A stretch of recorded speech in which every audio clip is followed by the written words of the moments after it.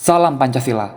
Perkenalkan kami dari kelompok kecil 4 dari grup besar 1 Pancasila akan membahas tentang bab 4 pembahasan mengembangkan suatu rencana tindakan agar pemerintah bersedia menerima kebijakan yang terdiri dari anggota yaitu Ira Puspaning Tias, Yanda Nafiri, Hadi Nawawisi, Ika Priscilia Helaha, Raffi Prabaswara, Ramadhanu Taskir, Muhammad Rehan Arjaka. Baiklah, di sini kita akan membahas tentang beberapa kebijakan yang terkait dengan kasus pencemaran nama baik, kasus penyebaran atau ujaran kebencian atau hate speech, kasus penyebaran berita bohong atau hoax, kasus penipuan jual beli online, yang terakhir kasus prostitusi online. Yang pertama, kasus hukum pencemaran nama baik. Hukum yang terkait dengan kasus pencemaran nama baik ada dua, yaitu pada Kitab KUHP dan Undang-Undang ITE. Tetapi, Undang-Undang ITE dan Kitab KUHP saat ini mengalami tumpang tindih. Contohnya, pada kasus pencemaran nama baik, hukum pada Undang-Undang ITE maksimalnya 6 tahun, berbeda dengan KUHP, di mana hukum maksimalnya hanya 1 tahun.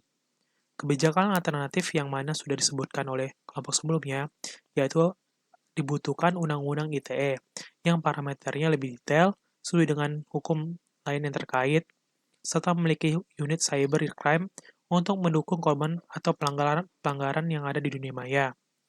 Rencana tindakan agar kebijakan alternatif tersebut diterima oleh pemerintah yaitu pertama, kita sebagai warga negara dapat melakukan aspirasi terkait kebijakan alternatif kepada pemerintah dengan melakukan demo yang kondusif, melakukan orasi, bermusyawarah dengan anggota perwakilan rakyat, dan bentuk-bentuk lain yang sesuai dengan hukum, etika, dan adat. Yang kedua, melaporkan sebuah berita hoaks atau mengkonfirmasi kebenaran berita tersebut kepada pihak yang berwajib. Yang terakhir yaitu melakukan sebuah sosialisasi besar-besaran terhadap hukum terkait pencemaran nama baik dan mengingatkan agar korban-korban pencemaran nama baik dapat segera melaporkan tindakan kejahatan tersebut. Kasus penyebaran atau ujaran kebencian hate speech. Pasal-pasal yang mengatur tindakan tentang ujaran kebencian terhadap seseorang, kelompok, atau lembaga. Contohnya adalah KUHP pasal 310 yang memuat tindak pidana menistakan. Kemudian KUHP pasal 311 yang memuat tindak pidana memfitnah tanpa diikuti kata menghina. Lalu pada KUHP pasal 315 yang memuat tindakan pidana penghinaan bersahaja. Ujian kebencian adalah salah satu bentuk perilaku agresi pada seorang individu yang atau dikategorikan dalam perilaku agresi. Lebih tepatnya merupakan perilaku agresi verbal aktif tidak langsung riset yang dilakukan oleh Johan pada tahun 2016. Memaparkan dampak dari perilaku hate speech contohnya, perilaku mahasiswa dikarenakan adanya keterikatan mahasiswa berkomunikasi pada dunia maya, yang menyebabkan berkurangnya daya konsentrasi, frekuensi, dan kesantunan mahasiswa. Ini disebabkan karena berkurangnya rasa percaya diri untuk berkomunikasi dan berinteraksi secara langsung, dan membuat pelarian berupa curhat di media sosial. Dampak hate speech adalah jatuhnya harga diri dalam kehidupan sosial dan menghancurkan optimisme mereka. Survei ini dilakukan dalam sebuah kegiatan amal anti-bullying nasional di Inggris. Seharusnya ini menjadi perhatian bagi setiap individu. Kasus penyebaran berita bohong atau hoaks.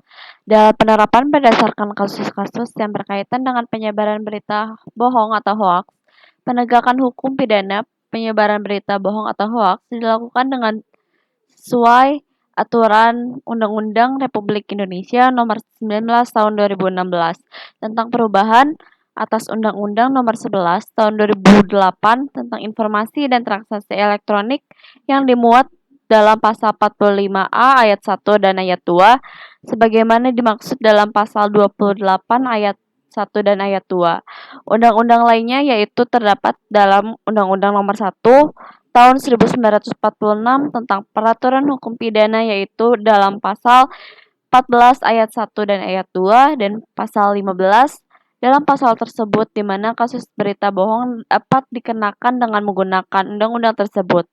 Peran pemerintah dan peran masyarakat dimuat dalam Undang-Undang Nomor 19 Tahun 2016 dan tercantum dalam pasal 40 dan pasal 41.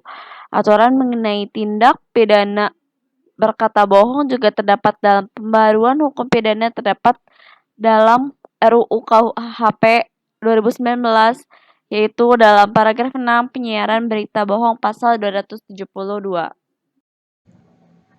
Pada kasus yang terjadi dalam pembahasan kasus sebelumnya, yaitu kasus penipuan jual beli online, pelaku telah menjadi tahanan NKRI dan dikenai oleh beberapa pasal, yaitu pasal 378 KUHP tentang penipuan dan pasal 28 ayat 1 UU ITE tentang penyebaran berita palsu dan menyesatkan. Nah, selain pasal tersebut, masih ada beberapa pasal yang menjerat pelaku. Misalnya adalah pasal 8 sampai pasal 17 yang mengatur tentang apa saja yang tidak boleh dilakukan oleh seorang pelaku usaha dalam menjalankan proses atau transaksi usaha mereka. Nah, dikarenakan pelaku terkena oleh pasal tersebut, secara tidak langsung pelaku juga terjerat oleh salah satu pasal lainnya, yaitu pasal 62, di mana pasal tersebut mengatur tuntutan pidana yang akan diberikan kepada oleh pelaku usaha jika tidak memenuhi atau mematuhi pasal-pasal yang sudah ada sebelumnya. Nah, isi dari pasal ini sendiri adalah denda atau waktu pidana penjara yang harus pelaku layani atau terima sesuai dengan pasal-pasal yang dikena oleh pelaku tersebut. Oke, masih membahas kasus penipuan jual beli online. Dalam upaya penanggulangan kejahatan teknologi informasi, Kepolisian Negara Republik Indonesia telah mengupayakan berbagai cara seperti melaksanakan penyelidikan terhadap kegiatan yang berhubungan dengan teknologi informasi, teknologi komputer, teknologi komunikasi, teknologi elektronikal, dan teknologi penyiaran. Unit yang menangani secara khusus tindak pidana teknologi informasi ia Badan Reserse Kriminal atau Bareskrim Mabes Polri melalui Direktorial 2 Ekonomi dan khusus Unit 5 IT Cybercrime dan juga Unit Penanggulangan Cybercrime. Tim-tim ini nantinya akan bekerja sama dengan provider e-commerce untuk meningkatkan keamanan yang dimiliki oleh para provider tersebut. Selain membentuk tim khusus, diperlukannya sebuah dukungan melalui program-program tambahan seperti ajakan sosial berupa seminar, talkshow, dan lainnya.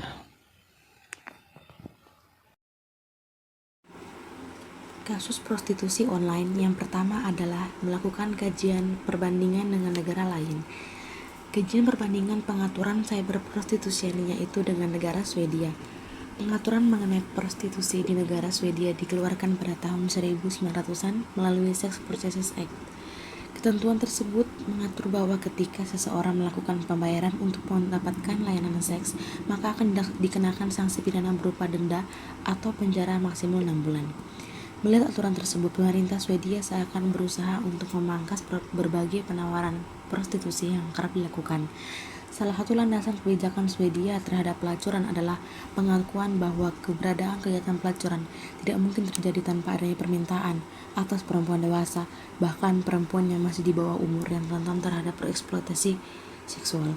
Pengaturan ini dapat menjadi bahan kajian perbandingan dalam penanganan tindak pidana prostitusi, baik dilakukan secara online maupun tidak, karena pemidanaan tidak hanya berorientasi kepada PSK saja, tetapi orang yang menggunakan jasa PSK tersebut dapat dikenakan pidana. Ketentuan dalam RUU KUHP mengatur mengenai prostitusi sedikit mengalami perluasan, di mana subjek hukumnya lebih diperinci dalam beberapa kelompok. Pasal 426 RUU KUHP mengatur bagi seseorang yang memudahkan orang lain berbuat cabul atau bersetubuh dengan anak dalam ayat 2, dipersempit lagi di mana ketika perbuatan cabul atau persetubuhan dilakukan terhadap anak kandung. Pasal 427 mengatur larangan seseorang memudahkan orang lain berbuat cabul atau persetubuhan yang dilakukan oleh pejabat pada bawahannya dan dokter, guru, pegawai, pengurus, atau petugas pada lembaga permasyarakatan, lembaga negara tempat latihan karya, rumah pendidikan, rumah yatim dan atau piatu, rumah sakit jiwa, atau panti sosial yang melakukan perbuatan cabul dengan orang lain yang dimasukkan ke dalam lembaga, rumah, atau panti tersebut. Pasal 428 merupakan larangan ketika perbuatan pada pasal 426 atau pasal 427 dilakukan sebagai kebiasaan atau pekerjaan untuk mencari keuntungan. Dan dalam pasal 429 mengatur larangan untuk menyerahkan anak kepada orang lain untuk melakukan perbuatan cabul dengan menjanjikan anak memperoleh pekerjaan. Baiklah, kesimpulan dari penjelasan di atas yaitu kebijakan hukum pidana dalam upaya penanggulangan kasus pencemaran nama baik, kasus penyebaran atau ujaran kebencian atau hate speech, kasus penyebaran berita bohong atau hoax, kasus penipuan jual beli online, dan kasus prostitusi online di Indonesia berdasarkan hukum saat ini perlu ditingkatkan terkait aturan mengenai kasus tersebut. Dalam hal ini, ketentuan-ketentuan dalam KUHP dan undang-undang harus dikembangkan dan diperbaharui agar dapat mengatur secara jelas mengenai tindak pidana kasus tersebut di Indonesia. Baiklah, sekian dari presentasi kami. Apabila ada kesalahan kata, mohon dimaafkan. Terima kasih.